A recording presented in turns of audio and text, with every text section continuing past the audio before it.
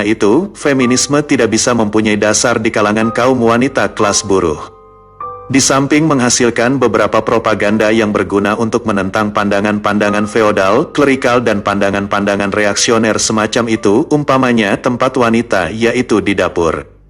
Feminisme itu sendiri akan berbahaya jika menolak perjuangan kelas, yaitu menolak satu-satunya jalan yang menuju ke kebebasan kaum wanita lewat persatuan perjuangan dari semua kaum pekerja dengan tidak pandang kelamin, nasionalisme, dan sebagainya. Lenin mengatakan, tidak ada satupun partai demokratis di dunia ini, bahkan tidak di Republik Borjuis yang paling maju sekalipun, yang telah melakukan dalam tempo puluhan tahun 1/100 dari apa yang telah kita kerjakan pada tahun pertama kita berkuasa. Dalam arti kata yang sebenarnya, tidak kita biarkan barang satupun undang-undang yang menempatkan kaum wanita dalam keadaan yang lebih rendah dibandingkan dengan laki-laki. Kaum wanita terus menjadi budak rumah tangga, sebab pekerjaan rumah tangga telah memeras, mencekik, membodohkan, dan merendahkan derajatnya. Membelenggunya pada dapur dan pada pekerjaan mengurusi anak dan membuang tenaganya pada pekerjaan berat yang lalim, tidak produktif, remeh, meletihkan saraf, membikin tolol dan memeras. Ada banyak perselisihan tentang apa itu feminisme, termasuk di antara kita, wanita dan pria, yang menganggap diri kami feminis. Tapi tempat yang baik untuk memulai adalah dengan melihat penjelasan Cherise Krakame dan Paula Traichler bahwa feminisme adalah gagasan radikal bahwa wanita adalah manusia. Marxisme revolusioner dari Marx dan Engels selalu sangat mendukung hak-hak perempuan dan untuk kesetaraan perlakuan dan kesempatan dari kedua jenis kelamin. Suatu bentuk feminisme seringkali difahami sebagai bentuk penyimpangan.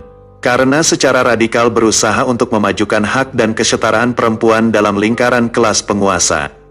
Tetapi yang memiliki sedikit atau tidak ada perhatian untuk memajukan hak dan kesejahteraan sejumlah besar perempuan kelas pekerja dan orang-orang di antara massa. Kita lihat contoh dari kaum feminis borjuis adalah mereka yang sebagian besar fokus atau bahkan seluruhnya pada mempromosikan representasi yang setara bagi perempuan di dewan direksi perusahaan atau di badan politik kelas penguasa seperti Mahkamah Agung atau Senat Amerika Serikat.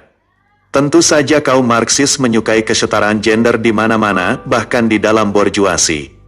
Tetapi kaum Marxis menempatkan penekanan kuat pada mempromosikan kesetaraan, hak dan kesejahteraan perempuan kelas pekerja. Dan menjelaskan kepada semua orang mengapa revolusi sosialis sejati mutlak diperlukan untuk mewujudkan yang sejati, yaitu kesetaraan bagi wanita. Feminisme arus utama mengklaim mewakili semua wanita, tetapi menurut Mickey Kendall, penulis Hood Feminism, cenderung berfokus pada mereka yang sebagian besar kebutuhannya sudah terpenuhi. Terlalu sering dibicarakan, bukan tentang bertahan hidup tetapi tentang meningkatkan hak istimewa.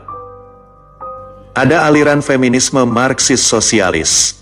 Aliran ini mulai berkembang di Jerman dan Rusia dengan menampilkan beberapa tokohnya, seperti Clara Zevkir yang hidup tahun 1857 sampai tahun 1933, dan Rosa Luxemburg tahun 1871 sampai tahun 1919.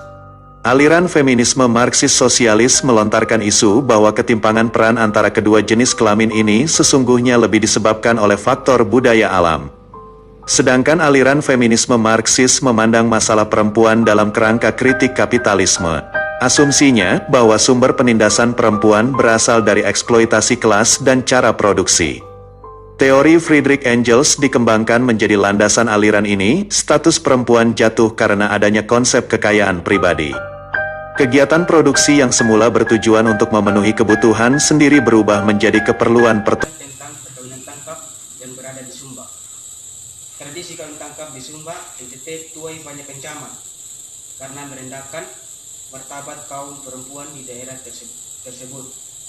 Praktik kawin tangkap di Sumba dinilai sudah melenceng jauh dari praktik pada zaman dahulu. Zaman dahulu, orang yang menjalankan kawin tangkap harus berasal dari keluarga kaya raya, karena belis atau mahar yang harus dibayar ke pihak perempuan besar. Perempuan yang akan ditangkap juga sudah dipersiapkan, didandani dengan pakaian adat lengkap. Pria yang akan menikahi perempuan itu pun mengenakan pakaian adat lengkap dan menunggang kuda berhiaskan kain adat. Sekarang praktik kawin tangkap lebih mengarah pada penculikan, membuat kaum perempuan sumber hidup dalam ketakutan.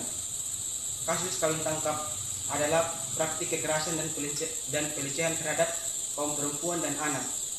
Jadi jangan sampai alasan tradisi budaya dipakai hanya sebagai kedok untuk melecehkan perempuan dan anak. RUU PKS sendiri adalah untuk mencegah segala bentuk kekerasan seksual, menangani, melindungi, dan memulihkan korban, menindak pelaku, dan menjamin terlaksananya kewajiban negara dan peran dan tanggung jawab keluarga, masyarakat, dan korporasi dalam mewujudkan lingkungan bebas kekerasan seksual.